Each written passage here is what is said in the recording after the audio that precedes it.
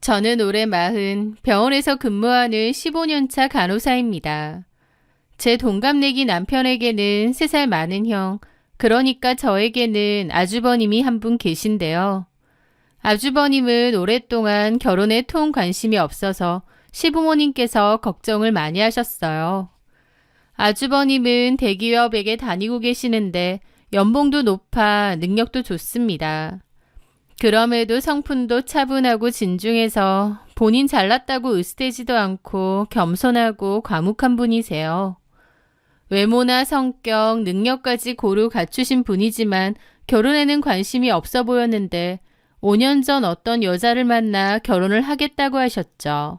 저희 시부모님은 첫째 아들이 결혼을 했으면 하고 늘 바라셨는데 이제라도 결혼을 한다고 하니 쌍수 들고 환영하셨고요.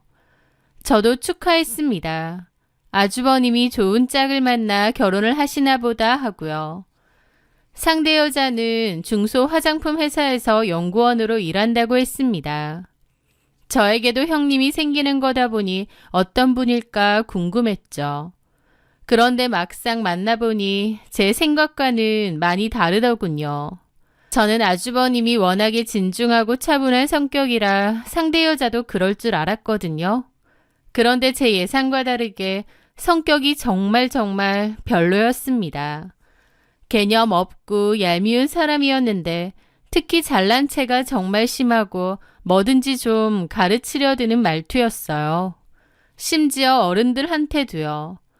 특히 화장품 회사에서 오래 일했다 보니 피부나 화장품에 관해서 얼마나 아는 체를 하던지 시부모님들도 성품이 좋으시고 뭐든지 좋게 봐주시는 분들이세요.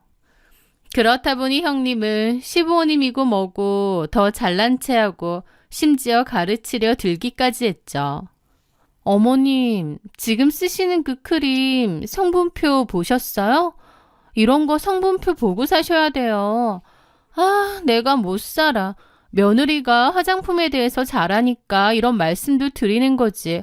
아니었으면 이거 계속 바르실 뻔했잖아요.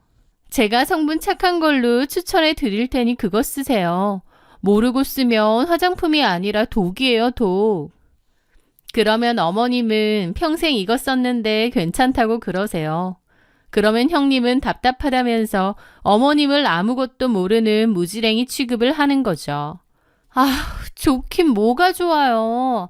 어머님, 좋다고 그냥 느끼는 건 안에 막 오일 성분 많이 들어있고 그래서 그런 거죠. 어머님, 제가 전문가예요. 제가 어련히 알아서 좋은 거 추천해 드릴까? 어머님은 지금 저한테 100만 원 넘는 컨설팅 받는 거나 다름없으시다고요. 고마운 줄도 모르셔. 막 그러면 어머님도 그냥 알겠다, 고맙다 하고 넘어가십니다. 저 난리를 치니까 그냥 알겠다고 하시는 거죠. 어머님뿐만 아니라 저한테도 잘 그래요. 아, 동서, 피부 왜 이렇게 건조해? 잔주름 봐. 수분 장벽이 다 무너졌네. 클렌징 못 쓰는데. 아, 그냥 쓰는 거 있어요. 아니, 그러니까 못 쓰냐고. 내가 점검해 준다고. 저는 별로 관심도 없는데 막 나서서 그건 별로네, 상술이네. 바보같이 그런 걸 아직도 쓰는 사람이 있네, 어쩌네 하면서 생 난리입니다. 처음에는 저 분야의 전문가고 아는 게 많으시구나 하고 좋게 생각했어요. 그런데 맨날 가르치는 말투로 이래라 저래라 하니까 거부감이 느껴졌죠. 화장품에서만 그런 게 아니라 모든 생활 전반에서 지적질하고 잘난 체 하는 게 심했습니다. 음식, 옷, 생활 습관까지도요. 사람 질리게 하는 재주가 제대로 있더라고요. 저희 시부모님이 성격이 좋으시니까 그래 하고 넘어가시지만 저는 가끔 들으면서도 왜 저래 싶을 때가 많아요. 그리고 저도 간호사고 의료인이잖아요. 그런데도 의료 관련해서도 제 말 무시하고 자기 말이 무조건 맞다고 하고 저는 솔직히 지켜보면서 아주버님이 도대체 뭐 때문에 형님한테 푹 빠지셨을까 신기할 정도였습니다. 그리고 자기는 뷰티 유튜브도 운영한다고 하더군요. 그러면서 시부모님과 제 앞에서 엄청난 인플루언서인 척을 했는데 하도 그러길래 궁금해서 채널에 한번 들어가 봤거든요. 구독자는 몇백 명 남짓에 영상도 많지도 않고 이런 걸 그렇게 자랑했나 싶더군요. 게다가 영상 내용은 형님이 평소에 하던 모습 그대로였습니다. 어려운 화학 성분 이름을 줄줄 읊어가며 이건 이래서 안 좋고 저건 저래서 써야 한다며 자기 말대로 안 하고 이런 화장품 쓰는 사람은 상술에 넘어간 사람이네 어쩌네. 유튜브에서도 똑똑한 척 잘난 척하는 내용이 그대로더군요. 문제는 그 잘난 척이 단순히 지식 자랑에서 끝나지 않고 교묘하게 남을 무시하고 깎아내리는 것으로 이어진다는 점이었습니다. 특히 만만한 저는 형님의 주요 공격 대상이었죠. 형님은 제 직업도 무시했습니다. 나 예전에 학교 다닐 때 집 가난하고 돈 빨리 벌어야 되는 애들이 선택한 게 간호사였거든. 동서도 그런 케이스야? 아니요, 저는 간호사가 꿈이었는데요. 아, 그래? 신기하네. 나는 원래도 화장품 관심 많고 화장품 관련 일을 하고 싶었어.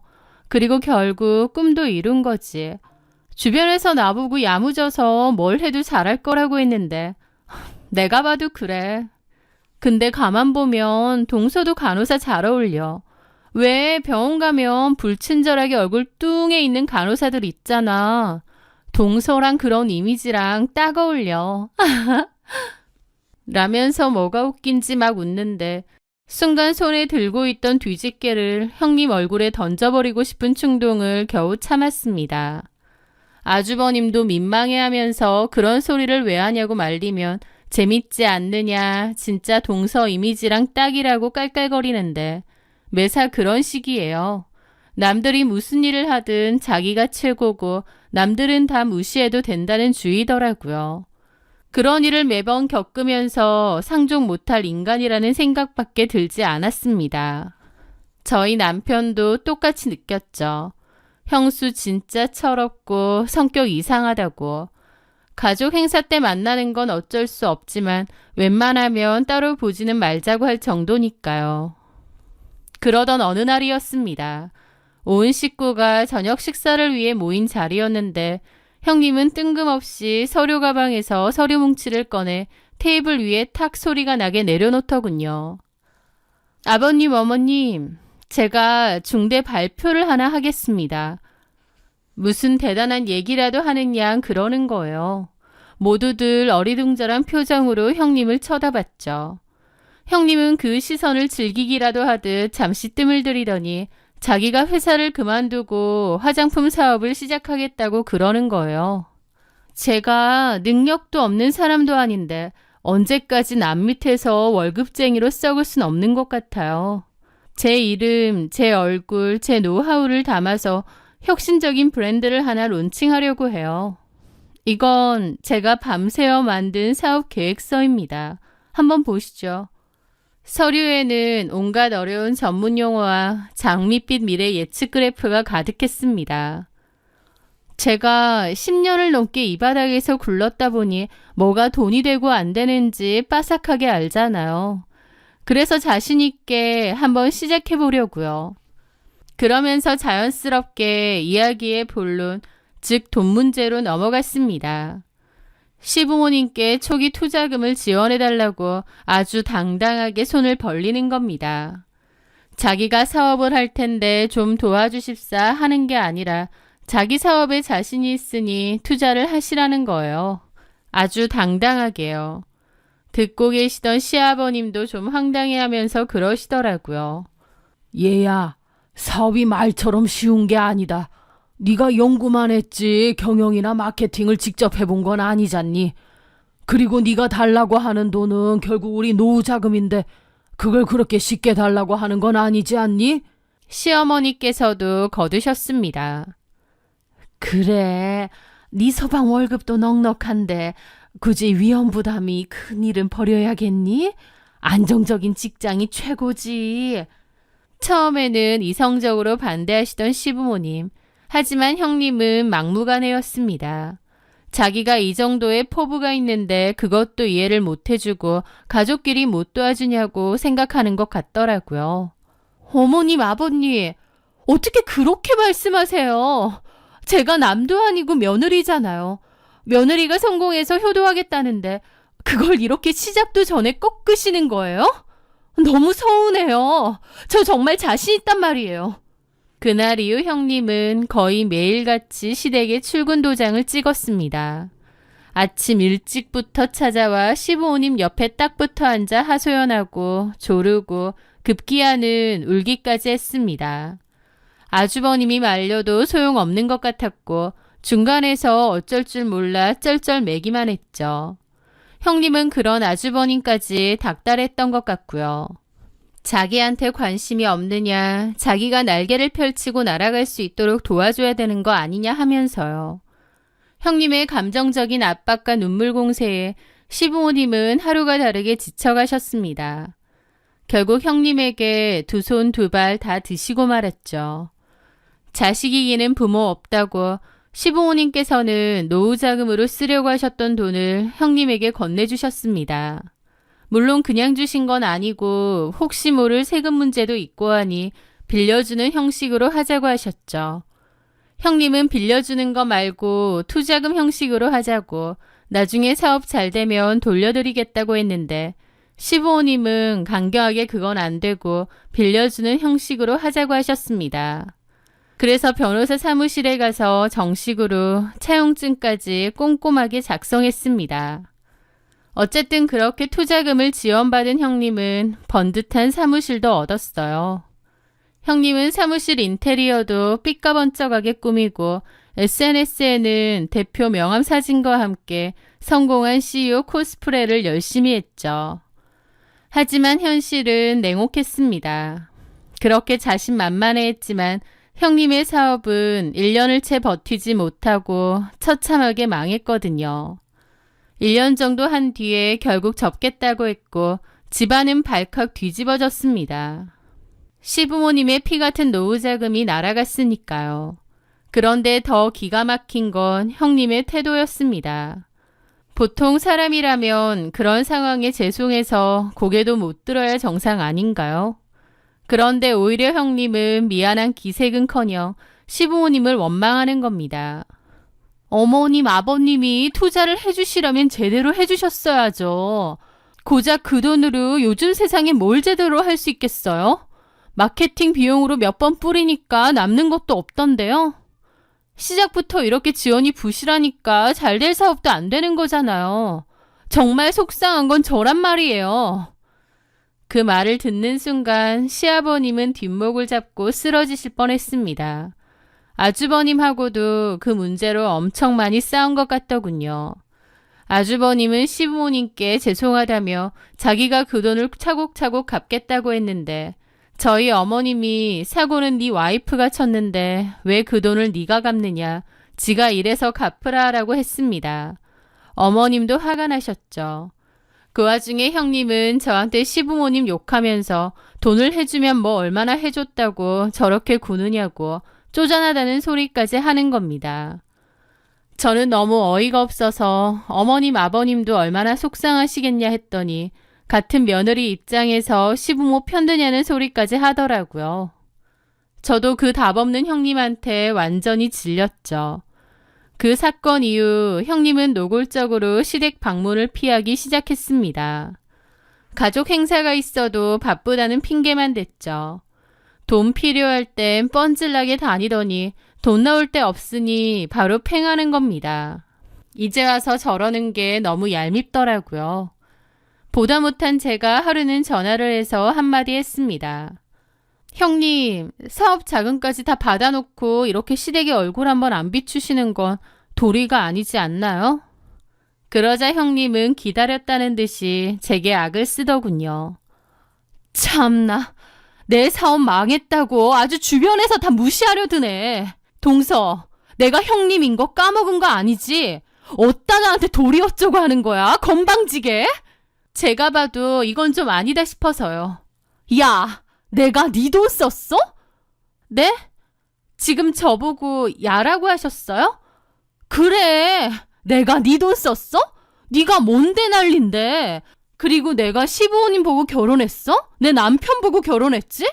며느리가 무슨 봉이야? 왜 내가 뻔질나게 시댁 드나들어야 되는데. 잘 보이고 싶으면 너 혼자 해. 그러고는 제 전화를 끊어버리는 겁니다. 그리고선 저 보라는 건지 카톡이랑 SNS에 얍삽한 년, 사랑 실컷 받으세요. 이런 글 올려놓고 그러더라고요. 하는 행동을 보자면 정말이지 피가 거꾸로 솟는 기분이었습니다. 정말 상종하기 싫고 안 보고 싶은데 악연은 악연인지 형님이 사업을 접고 새로 들어간 회사가 공교롭게 저희 병원에서 근처 건물인 거예요. 그래서 점심 식사하러 나갈 때 식당에서 한 번씩 마주치기도 하는데 너무 싫더라고요. 게다가 더 어이없는 일까지 겪게 되었죠. 저희 병원에 사무장이 있는데 제가 별로 안 좋아하는 사람이거든요. 능글맞고 욕심 많고 그런 스타일인데 제일 싫은 건 와이프도 있고 자식도 있는 유부남이면서 공공연하게 애인이 있다는 소리를 하고 다니는 사람이었기 때문이었습니다. 심지어 그 와이프는 지금은 그만뒀지만 전에는 저희 병원에서 같이 일했던 다른 과 간호사고요. 하여튼 그 사무장은 자기가 와이프 말고 애인도 있다면서 그걸 부끄러운 줄도 모르고 떠벌떠벌 하고 다니는데 진짜 상종하기 싫은 인간이었죠. 심지어 일도 제대로 안 하고 중간에 자리 비우고 나가서 애인이랑 통화하고 들어오고 윗사람들한텐 사바사바하고 그러는 인간입니다. 그런데 어느 날 일을 끝내고 지하 주차장으로 가서 차에 올라탔습니다. 그날따라 너무 바쁘고 피곤해서 바로 시동은 안 켜고 숨을 좀 돌리고 있는데 저 앞에 사무장이 막 손을 흔들며 누군가에게 걸어가는 게 보이는 겁니다. 그래서 무심결에 봤는데 경악을 했어요. 그곳에는 정말 뜬금없이도 형님 차가 있었고 형님이 손을 흔들고 있었거든요. 눈앞에서 보는데도 이게 무슨 상황인가 싶더라고요. 저게 뭐지? 사무장이랑 형님이랑 아는 사이인가? 어안이 벙벙한 채로 그 모습을 지켜봤습니다. 사무장을 인사하더니 형님 차 조수석에 올라탔고 둘이서 진하게 스킨십도 하는 거예요. 저는 뜨악한 기분으로 그걸 지켜보고 있었죠. 형님이 바람을 피고 있었다니, 그것도 상대가 우리 병원 사무장이었다니요. 눈앞에서 보고도 믿기지가 않을 정도였죠. 시부모님 노후자금 날려먹은 것도 모자라 아주버님 몰래 다른 유부남과 히히덕거리고 있는 꼴이라니. 형님의 모습에 역겨움이 치밀어 올랐습니다. 저는 떨리는 손으로 그 모습을 사진으로 찍으려고 하는데 저도 차 안에 있고 형님도 차 안에 있는 데다 지하 주차장이라 어둡다 보니 잘 안 보이더라고요. 찍기는 찍었는데 좀 흐릿했고 또 그 차가 금방 출발해버렸죠. 하여튼 저는 집에 도착하자마자 남편에게 제가 보고 겪은 모든 것을 털어놓았습니다. 뭐라고? 형수가? 당신 똑똑히 본 거 맞아? 그렇다니까. 남편은 처음에는 믿을 수 없다는 듯 제게 몇 번이고 되물었습니다. 저는 좀 흐릿하긴 하지만 제가 찍어온 사진을 보여주었어요. 얼굴은 제대로 안 찍혔지만 이 차 봐봐. 이거 형님 차 맞잖아. 사진을 본 남편의 얼굴은 충격과 분노로 벌겋게 달아올랐습니다. 와, 진짜 형수 미쳤네. 이제 하다. 저희는 당장이라도 아주버님에게 이 사실을 알려야 한다고 생각했지만 한편으로는 조심스러웠습니다. 사진이 좀 흐릿하기도 하고 사무장은 제대로 안 찍혀 있다 보니 우기려고 하면 얼마든지 우길 수도 있을 것 같더라고요. 그래서 일단 며칠간 상황을 더 지켜보며 제가 사무장을 살펴본다고 했죠. 그렇게 며칠이 흘렀고 바로 그 주 주말이 시아버지 생신이었습니다. 남편은 형에게 이 사실을 어떻게 전해야 할지 고민하던 때였어요. 그런데 생신 이틀 전 저는 일하다가 잠깐 휴게실에서 쉬고 있는데 형님에게서 문자 한 통이 띠링 하고 도착했습니다. 동서, 나 주말에 바빠서 못 가. 이걸로 아버님 맛있는 거나 사드려. 그리고 꼭 맏며느리가 나서서 생신 챙기란 법은 없잖아? 동서가 시부모님한테 잘 보이고 싶은 것 같은데 이참에 점수 따면 되겠네. 그리고 함께 찍혀온 입금액은 고작 5만 원이었습니다. 그 문자를 보는 순간 정말 열받더라고요. 시부모님 노후자금을 날려먹었으면 며느리 돌이라도 하던가 이제 돈 나올 곳 없다고 나 몰라라에 그 책임은 저한테 다 넘긴다고요? 정말이지 뻔뻔함의 극치였죠. 기가 막혀서 헛웃음을 짓고 있는데 바로 그 순간 마치 하늘이 제게 신호를 보내는 것 같았습니다. 휴게실에 마침 사무장이 누군가 신나게 통화하는 소리가 들려왔거든요. 나 주말에 여자친구랑 가평에 프렌치 레스토랑 가기로 했어. 예약해야지. 갔다가 1박 하고 올 거야. 너는 주말에 마누라랑 잘 보내라. 나는 애인이랑 로맨틱한 주말 보낼 테니까. 사무장 말을 듣는 순간 알겠더군요. 형님이 말한 바쁜 일이란 건 바로 저 상간남과의 1박 2일 여행이었던 겁니다. 사무장은 전화를 끊더니 곧바로 레스토랑에 예약 전화를 하더라고요. 저는 그걸 옆에서 새겨들었죠.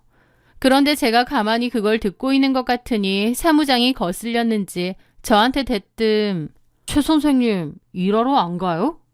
그러는 겁니다. 잠깐 쉬는 건데요.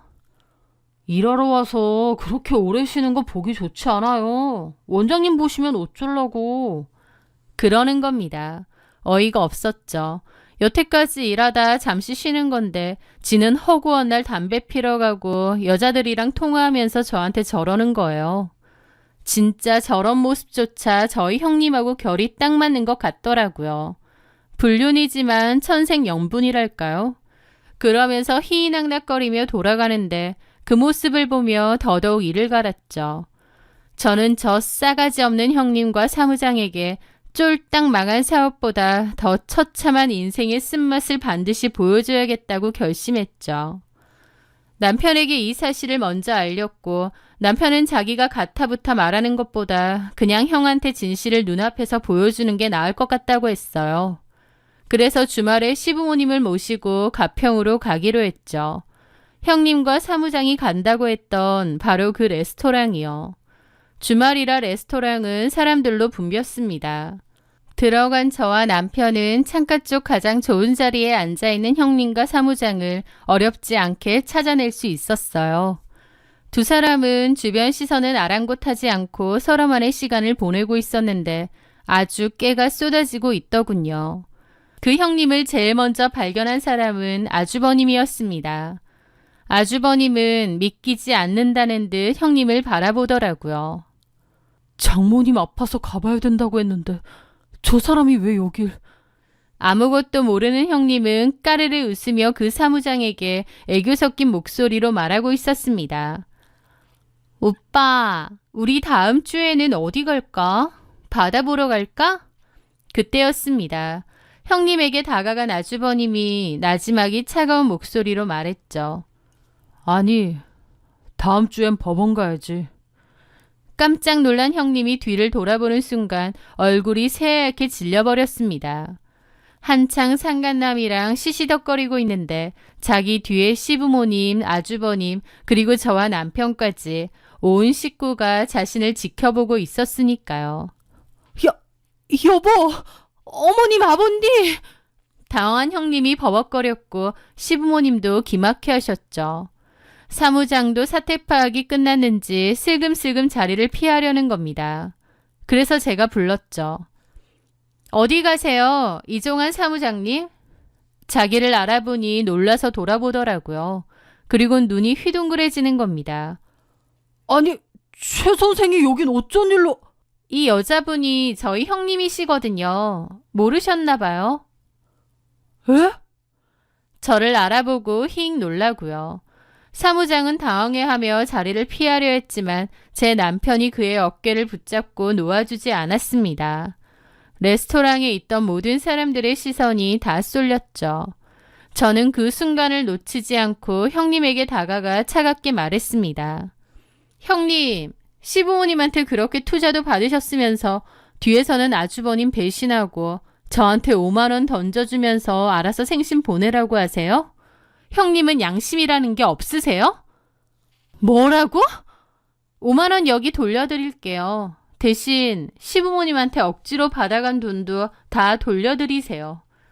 저는 일부러 주변 사람들이 다 들을 수 있도록 또박또박 하지만 얼음장처럼 차가운 목소리로 말했습니다. 제 말을 들은 형님의 얼굴이 하얗게 질리다 못해 시퍼렇게 변하더라고요. 그러더니 말도 안 되는 변명을 하는 겁니다. 동서, 미쳤어? 지금 무슨 오해를 하나 본데. 지금 비즈니스 미팅 중이었어. 비즈니스! 그때까지 사태를 파악 못하고 어버버거리던 사무장이 황급히 끼어들었습니다. 맞습니다. 사업적인 논의를 하던 중이었습니다. 기가 막혔습니다. 저 상황에서도 저런 거짓말이 나온다니. 하지만 그들의 발악은 그리 오래가지 못했습니다. 제가 미리 계획해둔 마지막 퍼즐 조각이 도착했으니까요. 제 말이 끝나기 무섭게 레스토랑에는 한 여자가 서슬퍼런 표정으로 서서 이쪽을 노려보고 있었습니다. 바로 사무장의 아내였어요. 전에 저희 병원에서 일했던 간호사였기에 다른 직원분에게 물어봐서 연락처를 알아냈거든요. 남편분 출장 가는 거 아니라고 이 레스토랑으로 와보시라고 미리 연락을 했던 거죠. 사무장 아내는 야수처럼 형님과 사무장에게 달려들었습니다. 이 더러운 것들이! 야, 이종아, 너 이러려고 나랑 결혼했냐? 흥분한 사무장 아내가 형님 머리채를 잡았고 사무장은 여보 진정해 사람들이 보잖아 라며 말리려 했지만 사무장까지 머리채 잡혔죠. 레스토랑 안은 순식간에 아수라장이 되었고요. 저희 시부모님과 아주버님 그리고 저와 남편은 그저 차가운 눈으로 그 모든 광경을 지켜볼 뿐이었습니다. 형님이 아주버님더러 도와달라고 했지만 아주버님은 외면하고 그곳을 벗어났습니다. 머리채 뜯기던 형님의 절규가 제가 본 마지막 모습이었습니다. 그날 이후 아주버님은 바로 이혼 서류를 접수했어요. 며칠 후 형님에게는 아주버님의 이혼 소장과 함께 작성했던 채용증을 근거로 한 대여금 반환 청구 내용 증명도 배달되었습니다.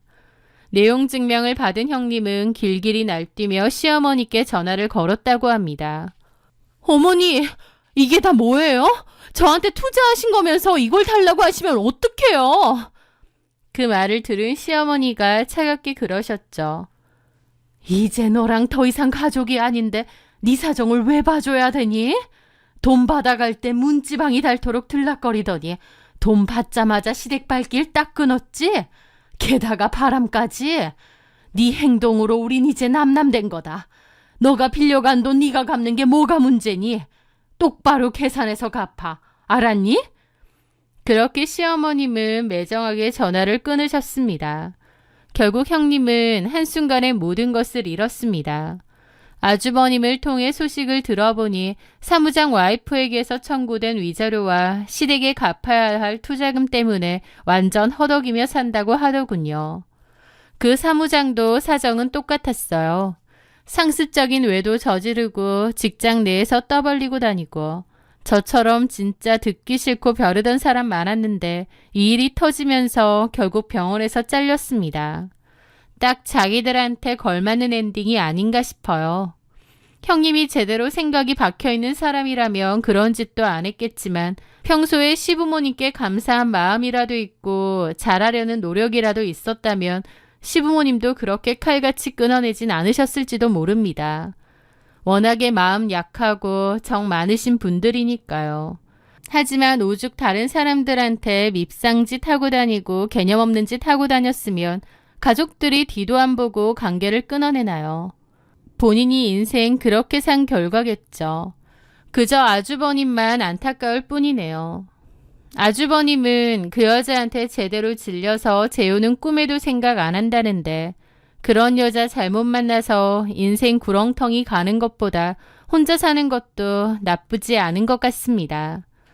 제 사연 들어주셔서 감사합니다.